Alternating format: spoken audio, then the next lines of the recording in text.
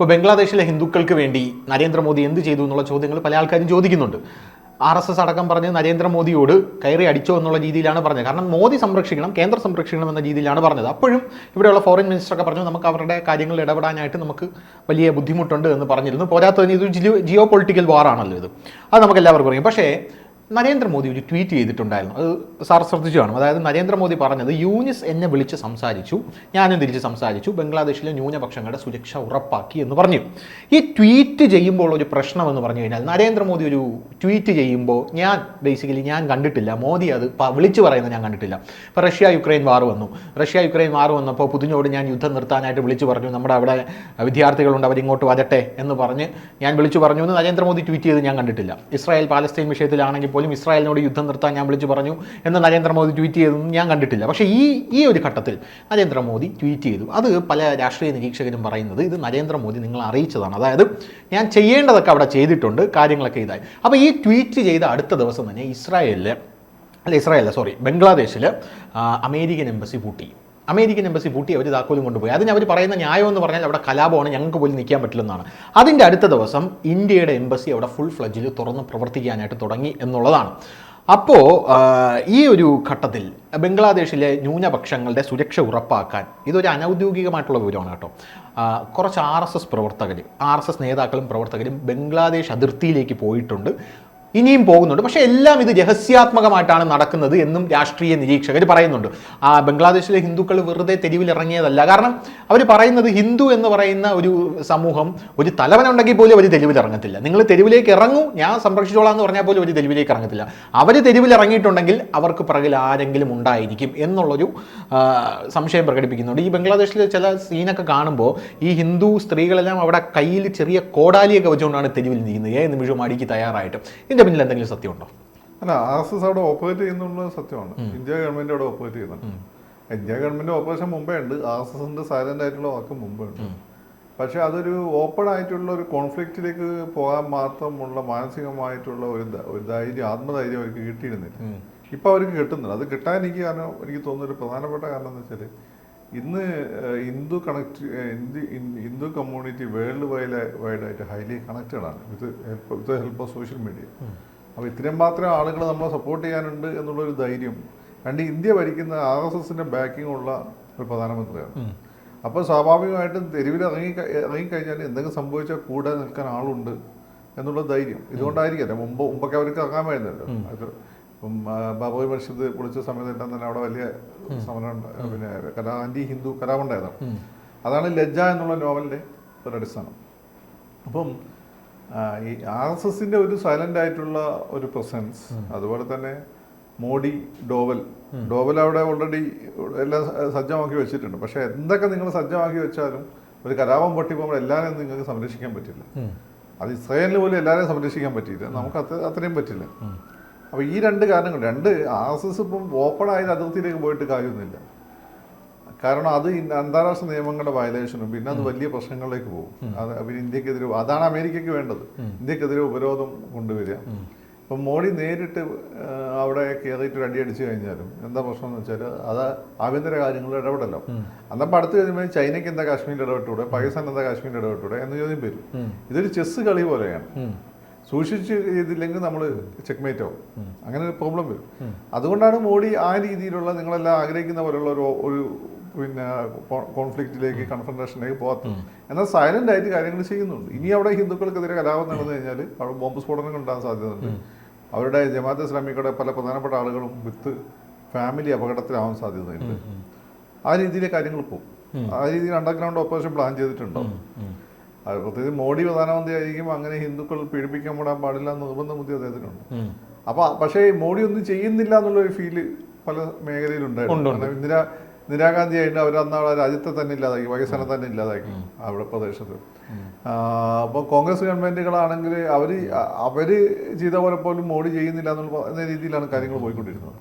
പക്ഷെ മോഡി സൈലന്റായി ചെയ്യുന്നുണ്ടായിരുന്നു. അപ്പോൾ അത് മോഡിയുടെ ഫാൻസിനെയും മോഡിക്ക് തൃപ്തിപ്പെടുത്തേണ്ടതുണ്ട്. അതുകൊണ്ടാണ് അദ്ദേഹം ഇപ്പൊ ട്വീറ്റ് ചെയ്തതെന്ന് എനിക്ക് തോന്നുന്നു. എങ്കിലും അവർ ഹാപ്പി ആവുള്ളൂ. മാത്രമല്ല അദ്ദേഹം അങ്ങനെ ട്വീറ്റ് ചെയ്യുമ്പോൾ അവിടെയുള്ള ഹിന്ദുക്കൾക്കും അതെന്ത് ചെയ്യും, ഒരു ആത്മധൈര്യം പ്രദാനം ചെയ്യും. ഗ്ലോബലി ഉള്ള ഹിന്ദുക്കളെ സംബന്ധിച്ചിടത്തോളം അതൊരു എൻഡോസ്മെന്റ് ആണ്. നമുക്ക് ഈ വിഷയത്തിൽ ശ്രദ്ധിക്കേണ്ടതായിട്ടുണ്ട്. എൻഡോസ്മെന്റ്, ഇങ്ങനെ പല കാര്യങ്ങൾ അതിന്റെ പിന്നിലുണ്ട്. ഇതിപ്പം അത് മാത്രമല്ല സാർ, അതായത് ഇപ്പോൾ നരേന്ദ്രമോദി ഇപ്പോൾ ബംഗ്ലാദേശ് എന്ന് പറയുന്ന ആ രാജ്യമുണ്ടല്ലോ, സത്യം അവർ വേറൊരു കോൺസ്പിറസി തിയറി ഇതിനകത്ത് വരുന്നത്, കോൺസ്പിറസി തിയറി അല്ലേ ഈ രാഷ്ട്രീയ നിരീക്ഷകന്മാരെല്ലാം പറയുന്നത്, ഇപ്പോൾ ബംഗ്ലാദേശിലേക്ക് ഇന്ത്യ കടന്നു കയറാനുള്ള ഒരു ശ്രമം നടത്തിയാൽ അതിനെ ആരും കുറ്റം പറയില്ല എന്നാണ് പറയുന്നത്.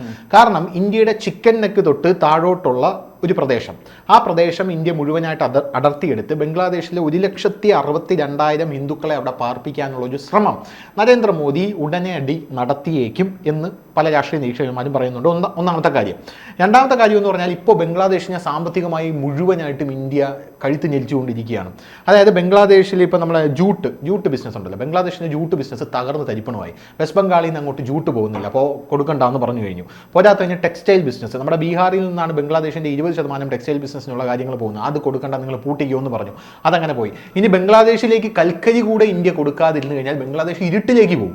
അങ്ങനെ ഒരു സാഹചര്യമുള്ള ആ ഒരു ഘട്ടത്തിൽ, ഇതൊരു ജിയോ പൊളിറ്റിക്കൽ വാറാണല്ലോ, ആ ഒരു ഘട്ടത്തിൽ ഇവിടെയുള്ള നമ്മുടെ ഇന്ത്യയിലുള്ള സകല ബംഗ്ലാദേശികളെയും തൂത്തുവിറക്കിയെടുത്ത് അങ്ങോട്ടേക്ക് അയച്ചോളാനുള്ള സർക്കുലറുകൾ 22 സംസ്ഥാനങ്ങളും പുറപ്പെടുവിച്ചത്, BJP ഭരിക്കുന്ന 22 സംസ്ഥാനങ്ങളും പുറപ്പെടുവിക്കാൻ നരേന്ദ്രമോദി പറഞ്ഞിട്ടുണ്ട്. അതായത് കേന്ദ്രമല്ല ചെയ്യുന്നത്, നിങ്ങൾ സംസ്ഥാനത്തിൻ്റെ ഇതിൽ ചെയ്തോ എന്ന് പറയുന്നുണ്ട്. അതിൻ്റെ കൂട്ടത്തിൽ ഏറ്റവും രസമെന്ന് പറഞ്ഞാൽ മമതാ മമതയാണല്ലോ ഇതിൽ ഏറ്റവും വലിയ വില്ലത്തി എന്ന് പറയുന്നത്. ഈ മമതാ ബാനർജി ആണെങ്കിൽ ആ സർക്കുലറിൻ്റെ കൂടെ ഞാനും ഉണ്ടെന്ന് പറഞ്ഞ് മമതാ ബാനർജി അടക്കം സർക്കുലർ ഇറക്കി ഇവിടെയുള്ള ഇല്ലീഗൽ മൈഗ്രൻസിനെല്ലാം നമുക്ക് അങ്ങോട്ട് തിരിച്ചയക്കാന്ന് പറഞ്ഞു. കാരണം അങ്ങോട്ടേക്ക് തിരിച്ചയക്കുമ്പോൾ ഇപ്പം തന്നെ ബംഗ്ലാദേശിൽ 20 കോടി ജനങ്ങളുണ്ട്. അപ്പോൾ അവിടെ പോയി കഴിയുമ്പോൾ റോഹിംഗ്യ മുസ്ലിംസ് അടക്കമുള്ളവർ ഉണ്ട്. അവിടെ പോയി കഴിയുമ്പോൾ ഇവർക്കത് വലിയ രീതിയിലുള്ള തലവേദനയാകും എന്നുകൂടെ കണ്ടായിരിക്കുമോ ഇത്തരത്തിൽ യൂനസ് പ്രവർത്തിച്ചത് എന്നൊരു ചോദ്യമുണ്ട്. ഇതിൽ രണ്ട് കാര്യം, അതായിരിക്കും യൂനസ് പ്രവർത്തിച്ചതെന്ന് ഒന്നാമത്തെ ചോദ്യം. രണ്ടാമത്തെ ചോദ്യം, ഇന്ത്യക്ക് അങ്ങനെ ചിക്കൻ നെക്കിൻ്റെ താഴെയുള്ള അത്രയും സ്ഥലങ്ങൾ എടുത്ത് ഹിന്ദുക്കളെ അവിടെ കൊണ്ട് പാർപ്പിക്കാനായിട്ട് സാധിക്കുമോ? പാർപ്പിച്ചു കഴിഞ്ഞാൽ എന്തായിരിക്കും അതിൻ്റെ ഒരു പരിണിത ഫലം? നല്ലതായിരിക്കും, ചീത്തയായിരിക്കും? അല്ല, അതൊരു ബ്ലഡ് ബാത്തിലൂടെ കടന്നു വരാൻ സാധിക്കുള്ളൂ. കാരണം ഒരു രാജ്യത്ത് നിന്ന് നമ്മൾ ഇന്ത്യ നേരിട്ട് ഇടപെട്ട് കഴിഞ്ഞാണല്ലോ വലിയ പ്രോബ്ലം ആയിട്ടുമാവും. ഈ ഇസ്രായേൽ അന്താരാഷ്ട്ര നിയമങ്ങൾ ലംഘിക്കാതെ, ഇസ്രായേൽ ചെറിയൊരു രാജ്യമാണ്, അവർക്ക് ഇവരൊന്നും സഹായമില്ലാതെ ഒറ്റ നിൽക്കാനുള്ള ശേഷി അവർക്കുണ്ട്. അവരെ കണ്ണുമടിച്ച് സപ്പോർട്ട് അമേരിക്ക. നമുക്ക് അങ്ങനെ ഇല്ല. ഈ അമേരിക്ക നമ്മളോട് കാണിക്കുന്ന സ്നേഹം എന്ന് വെച്ചാൽ പണ്ട് മുഗൾ സർദാർ ശിവാജിനോട് ആലിംഗനം ചെയ്ത പോലെയാണ്. നമ്മൾ സൂക്ഷിച്ചിട്ട് 8ന്റെ പണി കിട്ടും. മനസ്സിലായോ? അപ്പം ഈ അവർ കളിക്കുന്നതാണ് നമ്മൾ നടത്തിയ പണി കിട്ടും. കാരണം ഇസ്രായേൽ എന്ന് വെച്ചാൽ അമേരിക്കയുടെ അടുത്തൊരു സ്റ്റേറ്റ് ആണ്, ഉള്ളിലുള്ള സ്റ്റേറ്റ് എന്ന രീതിയിൽ അവർ കാണും. അതുകൊണ്ടാണ് അവർക്ക് അങ്ങനെ ചെയ്യുന്നത്. ഒരു രാജ്യത്തിനും ഈ UN നിയമങ്ങൾ കാര്യപ്പെടുത്താൻ പറ്റില്ല. എസ്പെഷ്യലി അമേരിക്കയ്ക്ക് ഒരു ഇൻട്രസ്റ്റ് ഉണ്ട്. അവിടെ അമേരിക്കയ്ക്ക് ഇൻട്രസ്റ്റ് ഉണ്ട്, അമേരിക്കയ്ക്ക് വേണ്ടത് തന്നെയാണ്. അപ്പോൾ അവിടുത്തെ ജനങ്ങൾ സ്വാതന്ത്ര്യത്തിന് വേണ്ടിയിട്ട് സമരം ചെയ്യുകയും അങ്ങനെ ആ ഘട്ടത്തിൽ ഇന്ത്യ കവേർട്ട് ആയിട്ടുള്ള ഓപ്പറേഷൻ. പക്ഷേ ചൈന പല രാജ്യങ്ങളിലും കടന്നു കയറുന്നുണ്ടല്ലോ. ചൈന സാമ്പത്തികമായിട്ടല്ല, ചൈന അല്ലാതെ വേറെ ഈ സൈനികമായിട്ട് നമ്മുടെ അതിർത്തിയൊക്കെ അല്ല, അത് ഇടയ്ക്കിടയ്ക്കുള്ള അതിർത്തി തർക്കം ഒരു രാജ്യം ഉണ്ടാക്കലും രണ്ടാണ്. ചൈന സാമ്പത്തികമായിട്ട് അത് അവർ ലോണ് കുടുക്കി കളയുന്നതാണ്. അപ്പം ഈ രീതിയിൽ നമ്മളവിടെ നേരിട്ട് കടന്ന രാജ്യം ഉണ്ടായിക്കോളൂ. ഇപ്പോൾ ക്രിമിയ പിടിച്ചെടുത്ത് റഷ്യക്കെതിരെ സാങ്ഷൻ വന്നതാണ്. ക്രിമിയ പിടിച്ചെടുത്ത് റഷ്യക്കെതിരെ സാങ്ഷൻ വരികയാണെങ്കിൽ നമ്മളാരും പോകേണ്ട ആവശ്യമില്ല. അപ്പോൾ അവിടെ ഒരു ഇന്റേണലായിട്ട് അണ്ടർസ്റ്റ് ഉണ്ടാവുകയും അതിന് ഇന്ത്യ കവേർട്ട് ഓപ്പറേഷനിലൂടെ സഹായിക്കുകയും ചെയ്തിട്ട് പിന്നെ പതുക്കെ രാജ്യം ഉണ്ടാക്കിയെടുക്കുക. അത്ര എളുപ്പമല്ലേ രാജ്യം ഉണ്ടായി? UN അംഗീകരിക്കണം, മനസ്സിലായില്ലേ? ഇതിന് പാകിസ്ഥാൻ ഓപ്പൺ സപ്പോർട്ട് ഇവിടെ വരും, ഒരുപാട് ആളുകൾ മരിക്കും. അത്ര എളുപ്പമല്ല. അല്ലെങ്കിൽ ഗാന്ധിയെ പോലെയുള്ള സഹന സമരത്തിന്റെ വഴിയിലൂടെ പോകണം. ഇപ്പോൾ യോഗി ആണെങ്കിൽ നമുക്ക് പറയാൻ പറ്റും, യോഗി മോഡി കുറച്ചുകൂടി നിങ്ങൾ നോക്കിയാൽ മതി. മോഡി RSS അല്ലെങ്കിൽ ഇവിടെയുള്ള ഈ പറയുന്ന തീവ്ര ഹിന്ദുത്വവാദികൾ ആഗ്രഹിക്കുന്ന സ്പീഡ് കാര്യങ്ങൾ നടത്താത്ത അദ്ദേഹത്തിന് ഇതിൻ്റെ റിപ്ലിക്കേഷൻസ് അറിയാം. ഇന്റർനാഷണൽ ഭയങ്കര തിരിച്ചടി വരും. നമ്മൾ വിചാരിക്കും ഇനി ഇന്ത്യ ഒരുപാട് പിന്നിലോട്ട് പോകും. അങ്ങനെ പിന്നിലോട്ട് പോകുമ്പോൾ ആളുകൾ കൂടുതൽ വർഗീയവാദികളാവും. പിന്നെ ആന്റി മുസ്ലിം കലാപങ്ങളായി മാറും, ആന്റി ക്രിസ്ത്യൻ കലാപങ്ങളായി മാറും, ഇന്ത്യയിൽ ഇടപെടാൻമാർക്ക് ഒരു അവസരമായി മാറും. ഇത് മോഡിക്ക് അറിയുന്നതുകൊണ്ട്, മോഹൻജി ഭഗത്തിന് അറിയുന്നതുകൊണ്ടാണ് സ്പീഡിലൊന്നും ചെയ്യാത്തത്. അങ്ങനെ നമുക്ക് പ്രതിപക്ഷത്തിരിക്കുമ്പോൾ എന്തും പറയാം, അതുപോലല്ല ഈ സാധനം കൈ കിട്ടിയാൽ. അപ്പം അതുകൊണ്ട് അവിടെ ജനങ്ങളുടെ ഒരു മൂവ്മെന്റ് ഈ രീതിയിൽ ഹിന്ദു വിരുദ്ധ കലാപങ്ങളൊക്കെ വംശഹത്യയൊക്കെ സംഭവിച്ചു കഴിഞ്ഞാൽ അവിടെ ജനങ്ങൾ സംഘടിക്കാൻ സാധ്യത. അപ്പം ജനങ്ങൾ സംഘടിപ്പിക്കും. അമേരിക്ക ഈസ്റ്റ് തിമൂർ ഉണ്ടാക്കിയതുപോലെ, അല്ലെങ്കിൽ സുഡാനിനെ രണ്ടാക്കി മാറ്റി ഒരു അമേരിക്കൻ സുഡാൻ ഉണ്ടാക്കി, അതുപോലെ നമ്മൾ ഇടപെട്ടുന്നത്. ഇനി മൈനോറിറ്റി കമ്മ്യൂണിറ്റീസ് നേരെ അവിടെ ആക്രമണം ഉണ്ടാവാൻ സാധ്യതയുണ്ട്. അല്ല, മതഭ്രാന്തന്മാരാണല്ലോ അവന്മാരെ സംബന്ധിച്ചിടത്ത്. ഇസ്ലാമിലേക്ക് ഒരാളെ കൊണ്ടുവരിക, ഇസ്ലാമികവൽക്കരിക്കാൻ വേണ്ടിയിട്ടുള്ള നടത്തുന്ന ശ്രമങ്ങളെല്ലാം തന്നെ അവർക്ക് ഈ എന്താണ് മരിച്ചു കഴിഞ്ഞാൽ അത് അവർക്ക് സ്വർഗം കിട്ടുമെന്നാണ്. അല്ലെങ്കിൽ ജീവിച്ചിരിക്കും അത് വലിയ പുണ്യമാണെന്ന് കരുതുന്ന മതഭ്രാന്തന്മാരുണ്ട്. അതെല്ലാ മതത്തിലുണ്ട്, പിന്നെ ഇതിൽ കുറച്ച് കൂടുതലുമാണ്. ആ മതഭ്രാന്തന്മാരുടെ അവന്മാർ വെറുതെ ഇരിക്കും, അവരുടെ കയ്യിലല്ലേ ഈ രാജ്യം. യൂനിസിനെ സംബന്ധിച്ചിടത്തോളം ഇപ്പം ഈ സാമ്പത്തിക ഉപരോധം ഏർപ്പെടുത്തി അവർ ബുദ്ധിമുട്ടെന്നുള്ളത് ശരിയാണ്. അവർ ആ രീതിയിൽ സഹായിക്കാനുള്ള ശേഷി പാകിസ്ഥാനില്ല. ചൈനയ്ക്ക് വരെ വലിയ പിന്നെ അമേരിക്ക അവരുടെ കാര്യമുള്ളൂ. ഫോർഡ് മോട്ടോഴ്സിന് ഇന്ത്യയിൽ ഇറക്കിയ പോലുള്ള കളി അവർ കളിക്കുള്ളൂ. ഇപ്പം ഇത്രയും പ്രശ്നങ്ങളുള്ള സ്ഥിതിക്ക് പിന്നെ യൂനിസ് ഈ സാമ്പത്തിക പ്രശ്നം പരിഹരിക്കാനായി അയാൾ ശ്രമിക്കുക. ഒരു പ്രോബ്ലം കിടക്കുന്ന ഇതിന് വേറെ പ്രശ്നമുണ്ട്.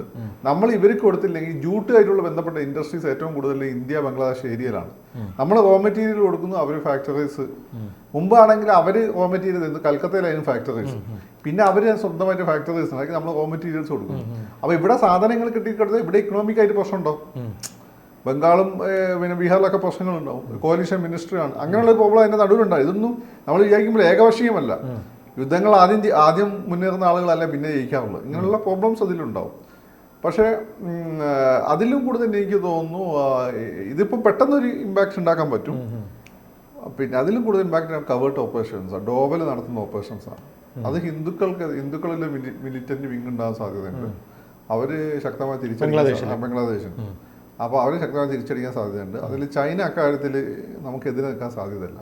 കാരണം അവിടെ അപ്പോൾ അമേരിക്കയാണ് കളിക്കുന്നതെന്ന് പറയാം. അമേരിക്കക്ക് പരിധി കൂടുതൽ അവരെ അപ്പോൾ സപ്പോർട്ട് ചെയ്യാൻ പറ്റില്ല. അപ്പം ഞാനവിടെ ഡോവൽ നടത്തുന്ന ഓപ്പറേഷനാണ് കൂടുതൽ പ്രാധാന്യം കാണുന്നത്. Okay, thank you.